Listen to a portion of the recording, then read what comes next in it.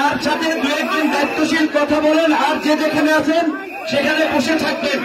জনতার অধিকার, আমাদের অঙ্গীকার, জনতার অধিকার, অধিকার, আমাদের অঙ্গীকার।